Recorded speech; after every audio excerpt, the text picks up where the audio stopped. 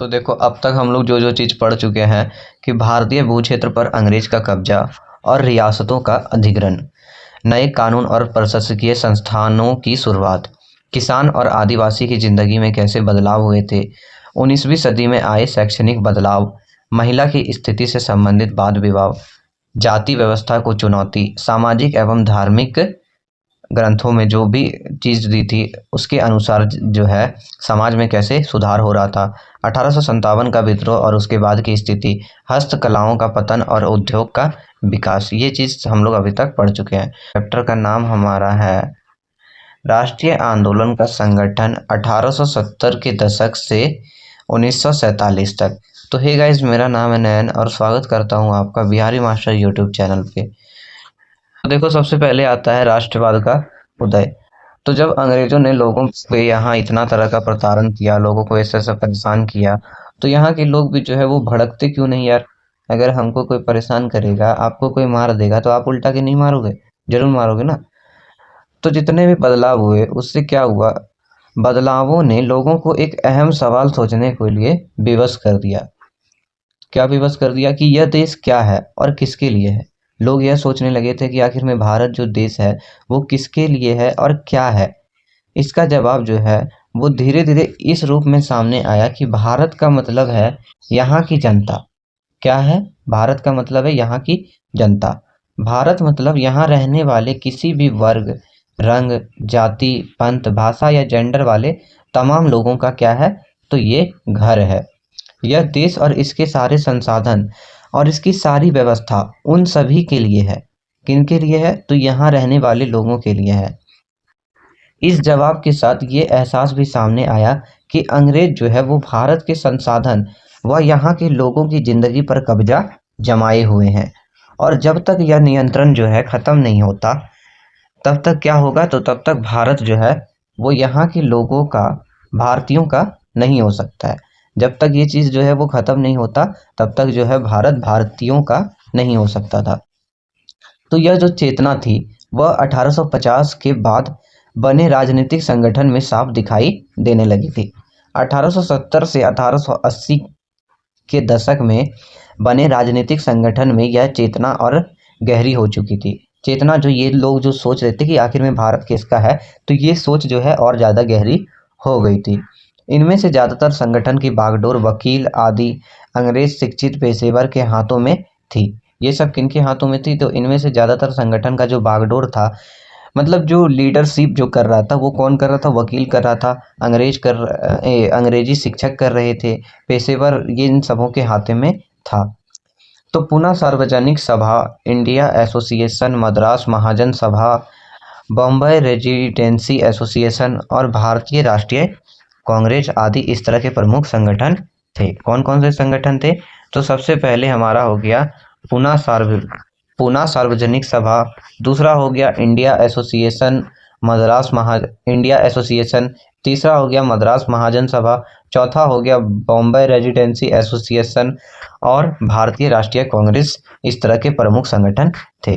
तो पुणे सार्वजनिक सभा नाम को गौर से देखिए, गौर से मतलब पूरे जो है ना, पूरा पूरा एकदम ध्यान देके देखिए। सार्वजनिक का मतलब होता है सब लोगों का, या फिर क्या होता है, सब के लिए। ठीक है, सभी लोगों के लिए होता है। सर्व मतलब होता है सभी, और जनिक मतलब होता है लोगों का, यानी सभी लोगों का। तो इसमें क्या हुआ, इनमें से बहुत सारे संगठन जो है वो देश के खास हिस्से में काम कर रहे थे, लेकिन वे अपने लक्ष्य को भारत के सभी लोगों का लक्ष्य बताते थे। ठीक है, वो लोग क्या करते, तो अपने अपने अलग अलग हिस्से में काम करते थे, लेकिन उनका जो लक्ष्य होता था वो क्या बताते थे कि ये भारत का लक्ष्य है। उनके मुताबिक क्या होता था, उनके लक्ष्य जो है वो किसी खास इलाके, समुदाय या वर्ग के लक्ष्य नहीं थे। वे इस सोच के साथ काम कर रहे थे कि वे जो है वो लोग संप्रभु हो। ठीक है, संप्रभु क्या होता है, तो बाहरी हस्तक्षेप के बिना स्वतंत्र रूप से कदम उठाने की क्षमता। मतलब बाहरी हस्तक्षेप, कोई बाहर का लोग हस्तक्षेप नहीं करे, मतलब दखल अंदाजी नहीं दे। ठीक है, तो संप्रभुता जो है वो एक आधुनिक विचार और राष्ट्रवाद का बुनियादी तत्व है।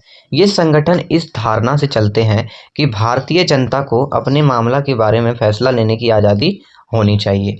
भारत के जो भी जनता है उन्हें अपना फैसला खुद लेना चाहिए। तो 1870 और 1880 के दशक में ब्रिटिश शासन के प्रति असंतोष और ज़्यादा गहरा होता गया। असंतोष जो था लोगों के बीच, जो अनसेटिस्फैक्शन था, वो और ज़्यादा बढ़ता गया। 1878 में आर्म्स एक्ट पारित किया गया, जिसके जरिए भारतीय द्वारा अपने पास हथियार रखने का अधिकार जो है वो छीन लिया गया। 1878 में क्या हुआ? तो आर्म्स एक्ट में क्या हुआ? तो जो भी भारत के लोग थे जिनके पास हथियार था, उनसे हथियार रखने का जो अधिकार है वह छीन लिया। तो ये याद रखना कि 1878 में आर्म्स एक्ट था और किस लिए लाया गया, क्योंकि लोगों से हथियार छीन लिया जाए।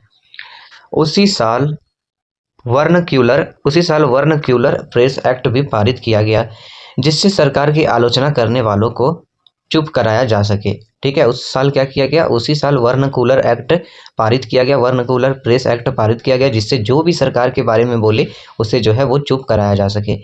इस कानून में प्रावधान था, इस कानून में दिया गया था कि अगर किसी अखबार में कोई आपत्तिजनक चीज छपती है तो सरकार उसकी प्रिंटिंग प्रेस सहित सारी संपत्ति को क्या कर लेगी? जब्त कर लेगी। जो कि अभी भी होता है, हालांकि अभी जब्त नहीं होता है। अगर कोई कुछ बोलता है तो अभी क्या करता है, तो उसके खिलाफ जो है वो एक्शन लिया जाता है। आपत्तिजनक चीज़ अगर कोई बोलता है तो उसके खिलाफ एक्शन लिया जाता है। सरकार के खिलाफ अगर आपत्तिजनक कोई भी बोलता है तो उसके खिलाफ जो है वो एक्शन लिया जाता है। 1883 में क्या हुआ? 1883 में सरकार में इल्बर्ट बिल लागू हुआ। क्या हुआ? इल्बर्ट बिल लागू करने का प्रयास किया गया 1883 में। इसको लेकर जो है वो काफ़ी ज़्यादा हंगामा हो गया था। इस विधेयक में प्रावधान किया गया था कि भारतीय न्यायाधीश के ब्रिटिश या यूरोपीय व्यक्ति पर मुकदमा चला सकते हैं। भारतीय न्यायाधीश भी ब्रिटिश या यूरोपीय व्यक्ति पर मुकदमा चला सकते हैं, ताकि भारत में काम करने वाले अंग्रेज और भारतीय न्यायाधीश के बीच समानता स्थापित की जा सके। ठीक है, जब अंग्रेज के विरोध की वजह से क्या हुआ, जब सरकार ने विधेयक वापस ले लिया तो भारतीयों ने इस बात का काफ़ी विरोध किया। इस घटना से भारत में अंग्रेज के लिए रवैया का पता चलता था। ठीक है, कि अंग्रेज आखिर में क्या चाहते थे, क्योंकि देखो लोग चाह रहे थे कि जो भी भारत के न्यायाधीश है वो ब्रिटिश के ऊपर भी मुकदमा चलाए, लेकिन ये जो है वो इल्बर्ट बिल जो है वो पास नहीं किया गया, इसे बस पास करने का प्रयास किया गया था। ठीक है, पढ़े लिखे भारतीयों के लिए अखिल भारतीय संगठन की जरूरत 1880 से ही महसूस की जा रही थी, परंतु इल्बर्ट विधेयक ने इस चाह को और गहरा कर दिया। 1885 में देश भर में 72 प्रतिनिधियों ने बम्बई में सभा करके भारतीय राष्ट्रीय कांग्रेस की स्थापना का फैसला लिया। कब लिया? तो 1885 में। कितने प्रतिनिधि ने? तो 72 प्रतिनिधि ने। कहाँ पर? तो बम्बई में सभा करके भारतीय राष्ट्रीय कांग्रेस की स्थापना करने का फैसला किया। संगठन के प्रारंभिक नेता दादा भाई नौरोजी, फिरोज शाह मेहता और बदरुद्दीन तैयबजी, WC बनर्जी, सुरेंद्र नाथ बनर्जी, रामचंद्र दत्त, उसके बाद हो गए S सुब्रमण्यम अय्यर एवं अन्य प्राय जो है वो बंगाल और कलकत्ता के ही थे। तो नौरोजी व्यवसाय और प्रचारक थे। ये कौन थे? तो ये व्यवसायी और प्रचारक थे। प्रचारक क्या होता है? तो ऐसे व्यक्ति होता है जो सूचना के प्रसार, रिपोर्ट्स, बैठक में भाषण आदि के जरिए किसी खास विचार पर प्रचार प्रसार करता है। ठीक है, वे लंदन में रहते थे। कहाँ पे रहते थे? तो वो लंदन में रहते थे और कुछ समय के लिए ब्रिटिश संसद के सदस्य भी थे। उन्होंने युवा राष्ट्रीय को मार्गदर्शन किया। क्या किया? तो उन्होंने राष्ट्रीय युवा जो थे उनको मार्गदर्शन किया। सेवानिवृत्त ब्रिटिश अफसर S.O. ह्यूम ने विभिन्न क्षेत्रों में भारतीयों को निकट लाने में अहम भूमिका अदा की। अब देखो बात आता है कि कांग्रेस जो है वो किसके पक्ष में बोलने के लिए तैयार थी। आखिर में जो कांग्रेस पार्टी जो बनाया जा रहा था वो किसके पक्ष में बोलना चाह रही थी? हमारे पक्ष में बोलना चाह रही थी या फिर ब्रिटिश के पक्ष में बोलना चाह रही थी? तो चलो देखते हैं।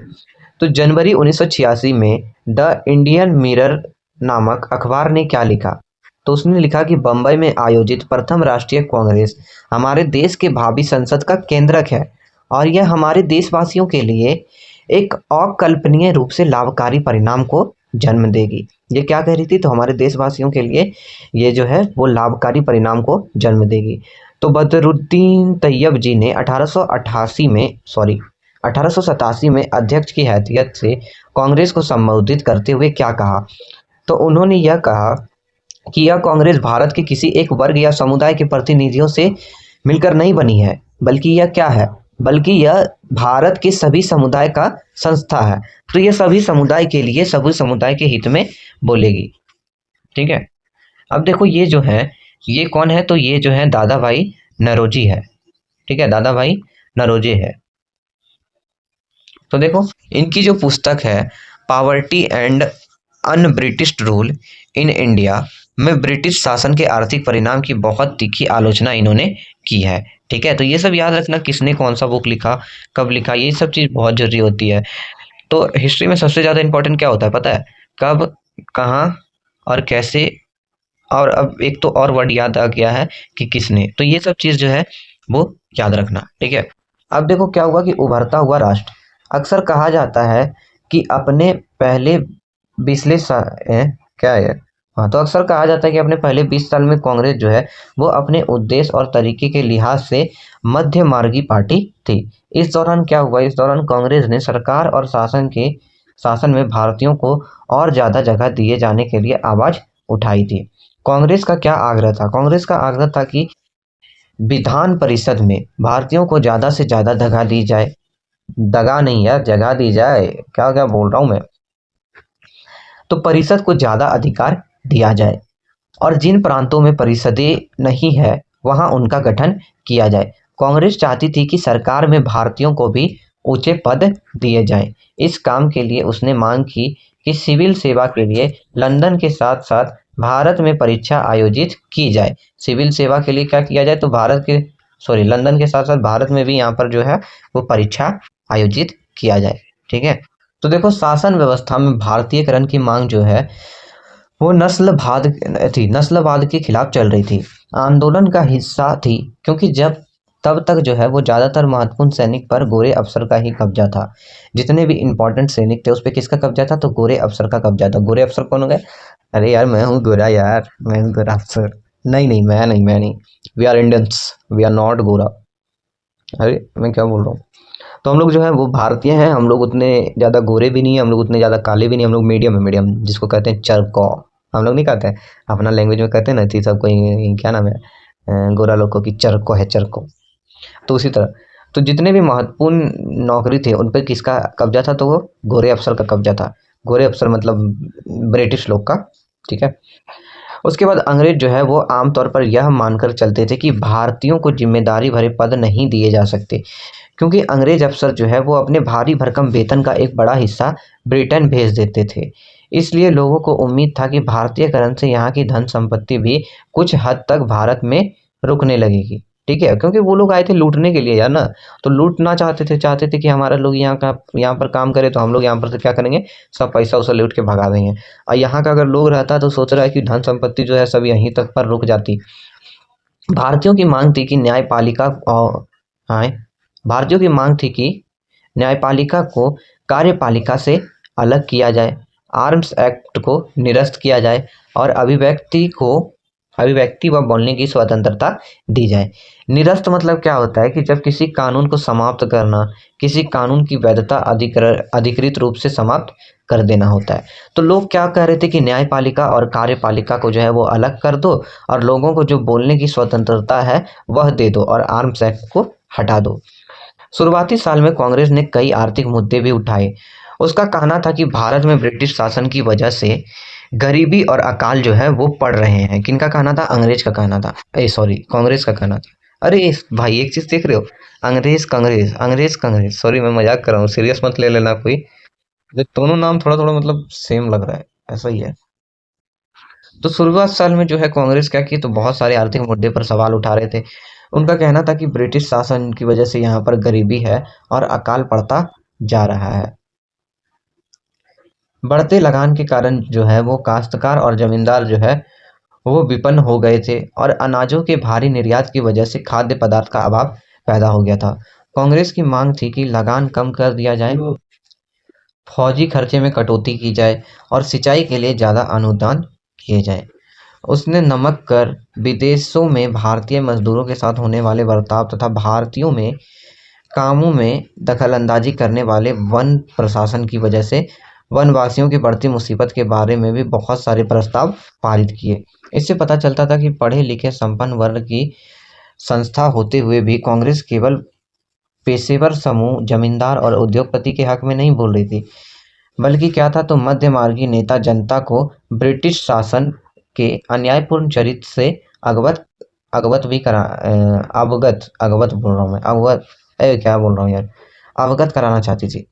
उन्होंने अखबार निकाले, लेख लिखे और यह साबित करने का पूरा प्रयास किया कि जो ब्रिटिश है उनका शासन जो है वो देश को आर्थिक रूप से तबाह करता जा रहा है। उन्होंने अपने भाषणों में ब्रिटिश शासन की निंदा की और जनमत निर्माण के लिए देश के विभिन्न भागों में अपने प्रतिनिधि भेजे। उन्होंने क्या किया कि जनमत मतलब दूसरों में जो है वो हीनता पैदा हो जाए, ठीक है, जनमत निर्माण करने के लिए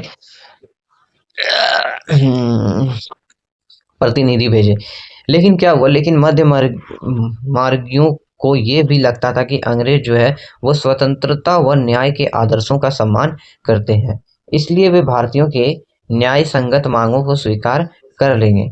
लिहाजा क्या हुआ, लिहाजा कांग्रेसों का यह भी मानना था कि सरकार को भारतीयों की भावना से अवगत कराया जाना चाहिए। देखो तुमने वो गाना सुना होगा कि आज़ादी हम लेके रहेंगे आज़ादी, वो वाला गाना सुना होगा ना।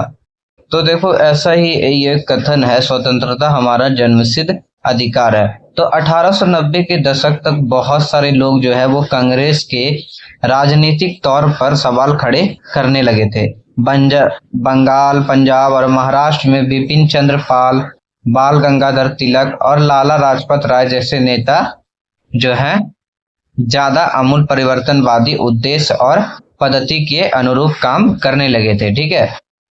तो देखो ये जो है बिपिन चंद्र पाल, उसके बाद फिर बाल गंगाधर तिलक और लाला लाजपत राय, तो इन्हें कहा जाता है, लाला को लाल और इसको बाल गंगाधर तिलक को बाल और बिपिन चंद्र पाल को पाल। तो इसको तुम सिंपल में याद रख सकते हो, इजी में, लाल बाल पाल, क्या याद कर सकते हो, तो लाल बाल पाल, लाल से लाला लाजपत राय, बाल से बाल गंगाधर तिलक और पाल से बिपिन चंद्र पाल, ठीक है। तो उन्होंने निवेदन की कि राजनीति के लिए नरम पंथियों की आलोचना की और आत्मनिर्भरता तथा रचनात्मक काम के महत्व पर इन्होंने जोर दिया। उनका कहना था कि लोगों को सरकार के नेक इरादे पर नहीं बल्कि अपनी ताकत पर क्या करना चाहिए, तो भरोसा करना चाहिए। लोगों को स्वराज के लिए लड़ना चाहिए, ठीक है, लोगों को क्या करना चाहिए, स्वराज के लिए लड़ना चाहिए। तिलक ने नारा दिया, किसने, तो बाल गंगाधर तिलक ने नारा दिया कि स्वतंत्रता मेरा जन्मसिद्ध अधिकार है और मैं इसे लेकर रहूंगा। इन्होंने ये नारा दिया, तो तिलक ने, बाल गंगाधर तिलक ने, ठीक है। तो अब देखो 1905 में क्या हुआ, तो 1905 में वायरस कजर ने बंगाल का विभाजन कर दिया। उस वक्त क्या था, तो उस वक्त बंगाल जो है वो ब्रिटिश शासन का सबसे बड़ा प्रांत था, ठीक है। देखो प्रांत क्या होता है, प्रांत वो होता है जहां से शासन चलाया जा सकता है, जिस जगह से बैठ के क्या किया जाता है, शासन चलाया जाता है। तो यहाँ पर ये बहुत ज्यादा सैन्य शक्ति वाला होता है, सही प्रांत होता है, ठीक है। तो बिहार और उड़ीसा के कुछ भाग भी उस समय क्या थे, तो बंगाल का हिस्सा था। अंग्रेजों का कहना था कि प्रशासकीय सुविधा को ध्यान में रखते हुए बंगाल का बंटवारा जो है वो करना जरूरी है। लेकिन इस बात में क्या हुआ कि प्रशासकीय सुविधा का मतलब क्या था, आखिर में वो जो सुविधा अंग्रेज चाह रहे थे, प्रशासकीय सुविधा, वो क्या थी और आखिर में इससे किसको फायदा मिलने वाली थी। तो इसका जो ताल्लुक था वो अंग्रेज अफसर और व्यापारियों के फायदे से था। लेकिन सरकार ने गैर बंगाली इलाके को अलग करने की बजाय उसने पूर्वी भाग को अलग करके असम में क्या किया, मिला दिया। उसने क्या किया, तो पूर्वी भाग जो थे बंगाल की उसे अलग करके असम में मिला दिया, ठीक है। अब देखो पूर्वी भाग को अलग करने का आखिर में इसका उद्देश्य क्या था, तो पूर्वी भाग को अलग करने का इसका क्या उद्देश्य था, अंग्रेज का इसके पीछे मुख्य उद्देश्य यह रहा होगा कि बंगाल जो है वो बंगाली राजनेता के प्रभाव पर अंकुश लगाया जाए, ठीक है। अंकुश का मतलब क्या होता है, रोक टोक, जैसे होता है ना कि हम किसी चीज पे रोक लगा देते हैं, तो वही हो गया। तो ये क्या चाह रहे थे, तो बंगाली राजनेताओं के प्रभाव पर अंकुश लगाया जाए और बंगाली जनता को आपस में क्या कर दिया जाए, तो बांट दिया जाए। बंगाल के विभाजन से क्या हुआ, देश भर में पूरा जो है गुस्सा फैल गया था। लोग जो है एकदम भड़क उठे थे और लोगों के बीच जो है वो गुस्से की लहर फैल गई थी। और मध्यमार्गी और आमूल परिवर्तनवादी कांग्रेस के सभी धड़ों ने इसका विरोध करना चालू कर दिया था। विशाल जनसभा का आयोजन किया गया और जुलूस निकाले गए। किसके लिए निकाले गए? तो जब बंगाल का विभाजन हुआ, ठीक है, कब हुआ? 1905 में। तो इसमें विशाल जो है वो क्या किया गया? जुलूस निकाला गया। जन प्रतिरोध के नए नए रास्ते ढूंढे गए। और उसके बाद क्या हुआ? इससे जो संघर्ष उपजा उसे क्या नाम दिया गया? तो उसे नाम दिया गया स्वदेशी आंदोलन। क्या नाम दिया गया? तो स्वदेशी आंदोलन के नाम से उसे जाना जाता है, ठीक है। यह आंदोलन जो है वो बंगाल में सबसे ताकतवर था, परंतु अन्य इलाके में भी क्या हो रहा था? तो अन्य इलाके में भी इसकी जो है वो गूंज सुनाई दे रही थी। जैसे कि हम लोग उदाहरण के लिए मान लेते हैं, कहां पर? तो आंध्र प्रदेश के डेल्टा इलाके में इसे कौन से नाम से जाना गया? तो वंदे मातरम के नाम से, एक सेकंड, वंदे मातरम आंदोलन के नाम से जाना गया, ठीक है। अगर आपसे पूछा जाए कि स्वदेशी आंदोलन को वंदे मातरम के नाम से कहां पर जाना जाता है, तो आंध्र प्रदेश के डेल्टा इलाके में नाम से जाना जाता है। कौन से नाम से? तो वंदे मातरम आंदोलन के नाम से। अब देखो, स्वदेशी आंदोलन ने ब्रिटिश शासन का क्या किया? विरोध किया और स्वयं सहायता, स्वदेशी उद्यमों और उसके बाद राष्ट्रीय शिक्षा और भारतीय भाषा के उपयोग को बढ़ावा दिया। क्या क्या किया? तो राष्ट्रीय शिक्षा मतलब जो देश का, नाम से देखो, नाम से ही पता चल रहा है स्वदेशी। स्व मतलब खुद, तो खुद का जो देश में बना है उस चीजों का उपयोग किया गया, ठीक है।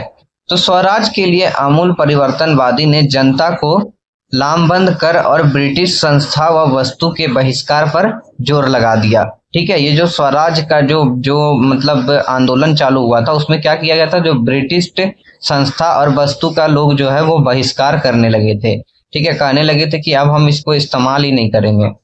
कुछ लोग जो थे वो ब्रिटिश शासन को उखाड़ फेंकने के लिए क्रांतिकारी हिंसा के समर्थक थे। अब देखो, हिंसा क्या होता है? हिंसा वो होता है जहां पर लड़ाई मार पिटाई होता है ना, लड़ाई झगड़ा, डंडा गोली बारूद पिस्तौल सब चला दिया जाता है। और अहिंसा क्या होता है? तो अहिंसा वो होता है कि मतलब हम प्रोटेस्ट कर रहे हैं किसी के खिलाफ, कैंडल मार्च कर रहे हैं, पूरा जुलूस निकाल रहे हैं कि नहीं ऐसा नहीं होगा वैसा होगा, तो वो हो गया अहिंसा, ठीक है।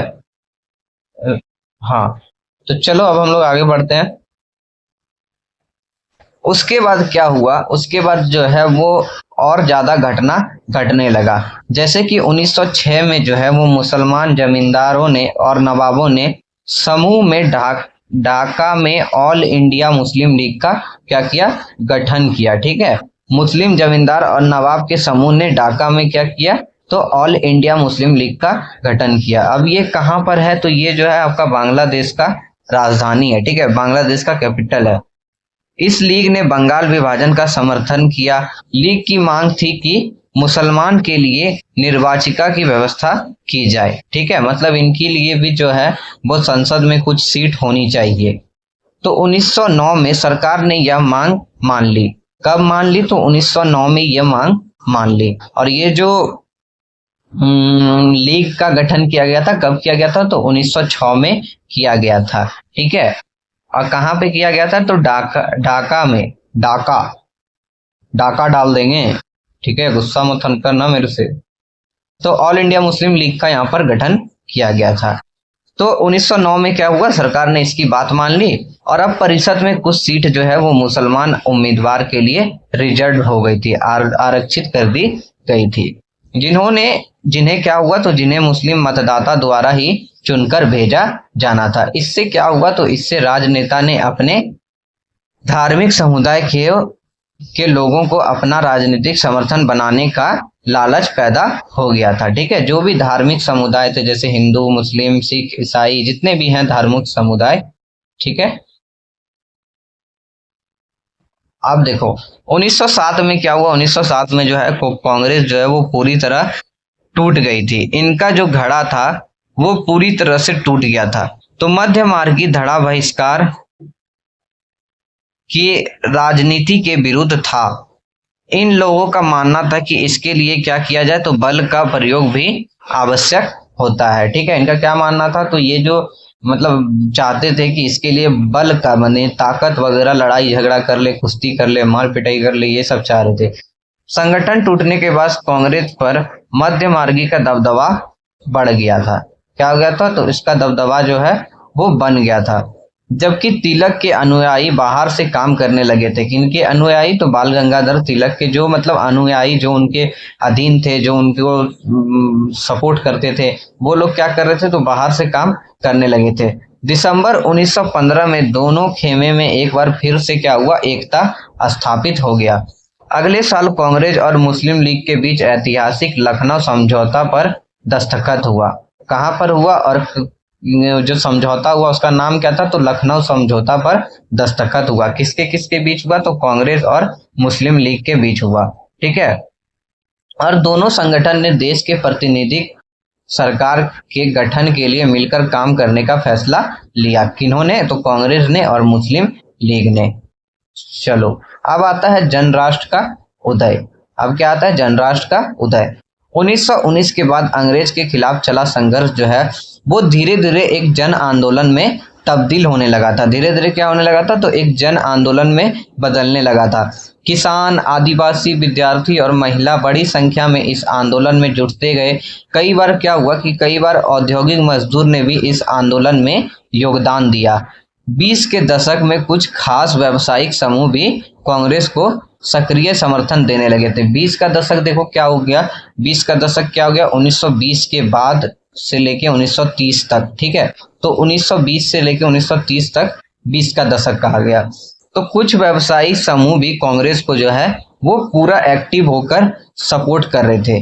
तो ऐसा क्यों हुआ? माने ऐसा करने का रीजन क्या था? लोग जो है वो उसके खिलाफ क्यों हो रहे थे?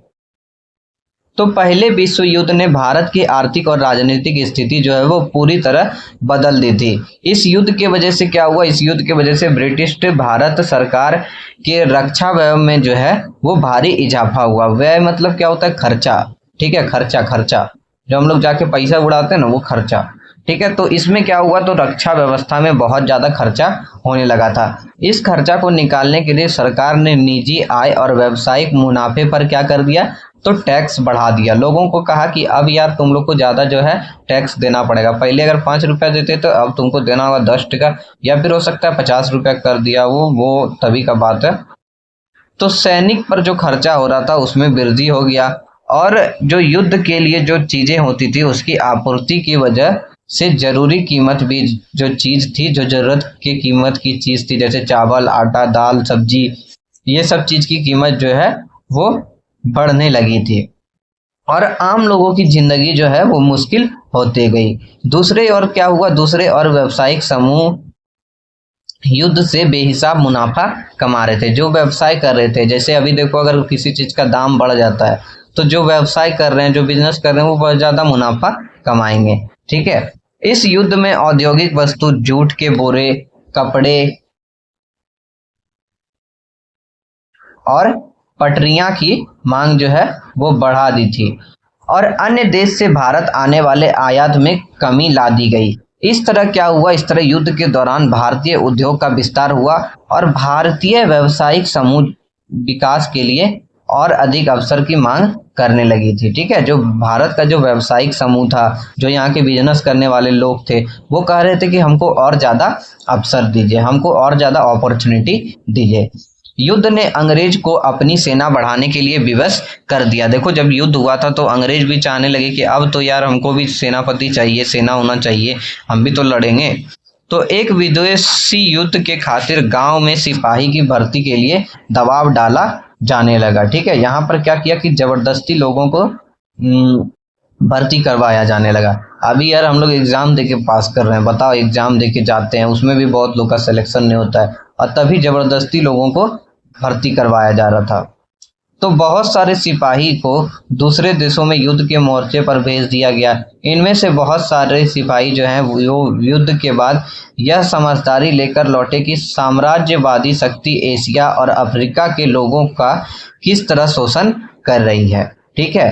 क्या कर रही है? तो जो समाजवादी है, समाजवादी जो शक्ति है साम्राज्यवादी जो शक्ति है वो एशिया और अफ्रीका के लोगों की, एशिया मतलब चाइना, रसिया, जितने भी देश कंट्री आते हैं इसमें, और अफ्रीका में जितने भी आते हैं उस वहाँ के लोगों का ये जो है वो कैसे शोषण कर रही है, कैसे उन्हें तंग कर रही है।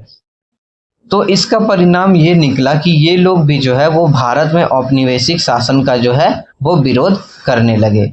इसके अलावा क्या हुआ, इसके अलावा 1917 में जो रूस की क्रांति हुई, इस घटना के चलते किसान और मजदूर के संघर्षों का समाचार तथा समाजवादी विचार जो है वो बड़े पैमाने पर फैलने लगे, जिससे भारतीय जो है वो राष्ट्रवादियों के लिए प्रेरणा मिलने लगी। ठीक है, भारतीयों को क्या मिलने लगी, तो अपने राष्ट्र के लिए प्रेरणा मिलने लगी।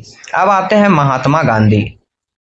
तो महात्मा गांधी का अब जो है इतना ज़्यादा लोगों पर परेशान हो रहे थे लोग, तो यहाँ पर एक हीरो की एंट्री होती है महात्मा गांधी के रूप में। इन्हीं हालात में महात्मा गांधी एक जन नेता के रूप में सामने आए। गांधी जी 46 साल की उम्र में 1915 में दक्षिण अफ्रीका से भारत लौटे थे। कितनी उम्र में, तो 46 साल की उम्र में वो 1915 में दक्षिण अफ्रीका से भारत लौटे। वे वहाँ पर क्या कर रहे थे, तो नस्ल भेदी पाबंदी के खिलाफ अहिंसक आंदोलन चला रहे थे। ठीक है, नस्ल भेदी जैसे लोग कहते थे ना कि काला गोरा है, काला गोरा से नहीं ये कर सकता, तो वैसा ही नस्ल भेदी वहाँ पर जो पाबंदी लगा दी गई है उसके खिलाफ अहिंसक आंदोलन चला रहे थे। और अंतर्राष्ट्रीय स्तर पर उनकी अच्छी जो है वो मान्यता थी, लोग उनको जो है रिस्पेक्ट देते थे और लोग उनका क्या करते थे, आदर करते थे, तो वही रिस्पेक्ट हो गया। दक्षिण अफ्रीका आंदोलन की वजह से उन्होंने हिंदू, मुस्लिम, पारसी और ईसाई, गुजरात, तमिल और उत्तर भारत उच्च वर्गीय व्यापारी, वकील और मजदूर सब तरह के भारतीयों से मिलने जुलने का मौका मिल चुका था। ठीक है, क्योंकि लोग इनको जान रहे थे तो ये किसी से भी मिल सकते थे। अब देखो यहाँ पर जो ये फोटो है ये नटाल कांग्रेस की स्थापना का है। ठीक है, नटाल कांग्रेस की स्थापना का है। तो देखो 1895 में अन्य भारतीय के साथ महात्मा गांधी ने नस्ल भेदी भेदभाव का विरोध करने के लिए नटाल कांग्रेस का गठन किया था। ठीक है, क्या किया था, तो नटाल कांग्रेस का गठन किया था। अब पूछ रहा है कि क्या आप इस फोटो में महात्मा गांधी को पहचान सकते हैं कि वो पिछली कतार के ठीक बीच में कोट और टाई पहने हुए हैं। अब देखो क्या कह रहा है कि महात्मा गांधी जो है वो पिछली कतार के ठीक बीच में कोट और टाई पहने दिखाई दे रहे हैं। तो हमें तो लग रहा है यही महात्मा गांधी हैं, ये जो हैं ये महात्मा गांधी हैं। ठीक है, क्योंकि कोट पहने और टाई पहने हुए हैं तो महात्मा गांधी यही है। ये कब का फोटो है, तो 1995 का है। महात्मा गांधी ने पहले साल पूरे देश का जो है वो दौरा किया। जब वो आए तो पहले साल पूरा देश घूमे। इस दौरान क्या हुआ, इस दौरान वे यहाँ के लोगों से उनकी ज़रूरत और हालात को समझने में लगे हुए थे। उनकी शुरुआती प्रयास जो है वो चंपारण, खेड़ा और अहमदाबाद के स्थानीय आंदोलन के रूप में हुआ था। ठीक है, अब देखो इन आंदोलन के माध्यम से उनका राजेंद्र प्रसाद और वल्लभ भाई पटेल से भी परिचय हुआ। 1918 में अहमदाबाद में उन्होंने मिल मजदूर की हड़ताल का सफलतापूर्वक नेतृत्व किया था। इन्होंने किया था, तो महात्मा गांधी ने किया था। कब किया था, 1918 में। और कहाँ पर, तो अहमदाबाद में। किस चीज का, तो मिल मजदूरों के हड़ताल का नेतृत्व किया था। अब आइए हम लोग 1919 से 1922 के बीच जो आंदोलन हुआ उसकी गहराई को समझते हैं। तो अब हम लोग पढ़ते हैं रॉलेट सत्याग्रह। ठीक है, इसे रॉलेट एक्ट भी कहा जाता है। तो ये जो है अभी इस वीडियो का ये लास्ट है। इसके बाद हम लोग जो बचा हुआ टॉपिक है उसे हम लोग दूसरे वीडियो में करेंगे, पार्ट 2 में करेंगे। क्योंकि अगर एक ही वीडियो में कर लेते हैं तो वीडियो भी बहुत ज़्यादा लंबा हो जाएगा और आपको समझ में भी उतना नहीं आएगा। तो 1919 में गांधी जी ने अंग्रेज द्वारा हाल ही में परिवर्तित किए गए रॉलेट कानून के खिलाफ जो है इन्होंने क्या किया था, तो सत्याग्रह का आह्वान किया था। ठीक है, सत्याग्रह का मतलब कहा था कि लोगों को कि अब हम सत्याग्रह आंदोलन चलाने वाले हैं। तो इस कानून अभिव्यक्ति की स्वतंत्रता जैसी मूलभूत अधिकारियों पर अंकुश लगाने और पुलिस को और ज्यादा अधिकार देने के लिए लागू किया गया था। ठीक है, यह कानून क्यों लागू किया गया था, तो जो अधिकारी थे उस पर अंकुश लगाने और पुलिस को ज़्यादा अधिकार देने के लिए लगाया गया था। महात्मा गांधी, मोहम्मद अली जिन्ना तथा अन्य नेताओं का मानना था कि सरकार के पास लोगों की बुनियादी स्वतंत्रता पर अंकुश लगाने का कोई अधिकार नहीं था। इन लोगों का क्या मानना था कि सरकार जो है वो लोगों के ताकत पर अंकुश नहीं लगा सकती है, लोगों के ताकत पर रोक नहीं लगा सकती है। इनका मानना था। तो महात्मा गांधी, मोहम्मद अली जिन्ना और अन्य नेताओं का, जितने भी और नेता थे उनका मानना था। उन्होंने इस कानून को शैतान की करूरत और निरंकुशवादी बताया। अगर आपको कहा गया जाए, सॉरी करूरत बोल रहा हूं मैं, अगर आपसे पूछा जाए कि शैतान की करतूत और निरंकुशवादी जो है वो किस कानून को कहा गया, तो रॉलेट एक्ट को कहा गया। ठीक है। गांधी जी ने लोगों से आह्वान किया कि लोगों से कहा कि इस कानून का विरोध करने के लिए 6 अप्रैल 1919 को अहिंसक विरोध दिवस के रूप में अपमान व याचना, एक सेकेंड, विरोध दिवस के रूप में, ठीक है, विरोध दिवस के रूप में मनाया जाए, जिसमें क्या हो, तो अपमान और याचना के खिलाफ जो है वो लोग हड़ताल पर जाएंगे। आंदोलन शुरू करने के लिए सत्याग्रह सभा का गठन किया गया। ठीक है, आंदोलन शुरू करने के लिए क्या किया गया, तो सत्याग्रह जो सभा था उसका गठन किया गया। रॉलेट सत्याग्रह ब्रिटिश के खिलाफ पहला अखिल भारतीय संघर्ष था। ठीक है, ये क्या था, तो पहला अखिल भारतीय संघर्ष था। आपसे पूछा जाएगा कि पहला अखिल भारतीय संघर्ष क्या था, तो रॉलेट एक्ट। लेकिन क्या हुआ, यह मोटे तौर पर शहरों तक ही सीमित था।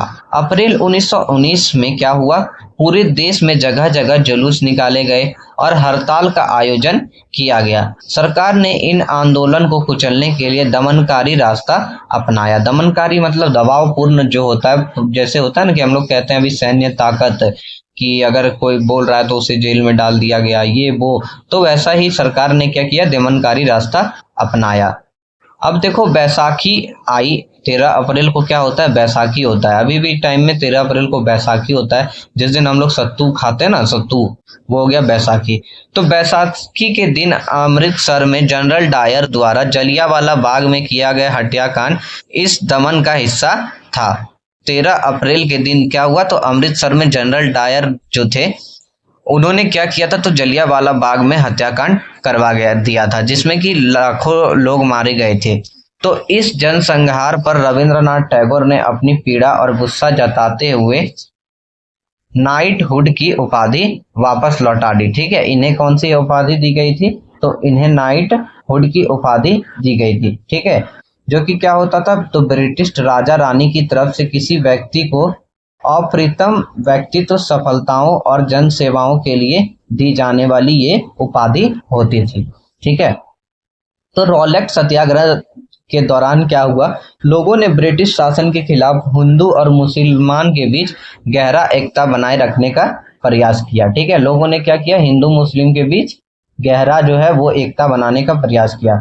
महात्मा गांधी भी यही चाहते थे कि उनकी राय में भारत जो है, भारत में क्या है, तो भारत में यहाँ रहने वाले लोग जो है, यानी कि हिंदू मुस्लिम और अन्य धर्म के जो भी है वो लोगों का देश है। भारत क्या है, तो हिंदू मुस्लिम और अन्य जो भी धर्म के लोग हैं उनका देश है। उनकी गहरी आकांक्षा थी कि हिंदू मुस्लिम किसी भी न्यायपूर्ण उद्देश्य के लिए एक दूसरे का समर्थन करे। ठीक है, इनका क्या मानना था, इनका मानना था कि हिंदू मुस्लिम जो भी न्याय हो उसके लिए एक दूसरे का समर्थन करे। ठीक है, तो देखो ये जो है हमारा अभी तक हमने चैप्टर पार्ट 1 में यहाँ तक किया।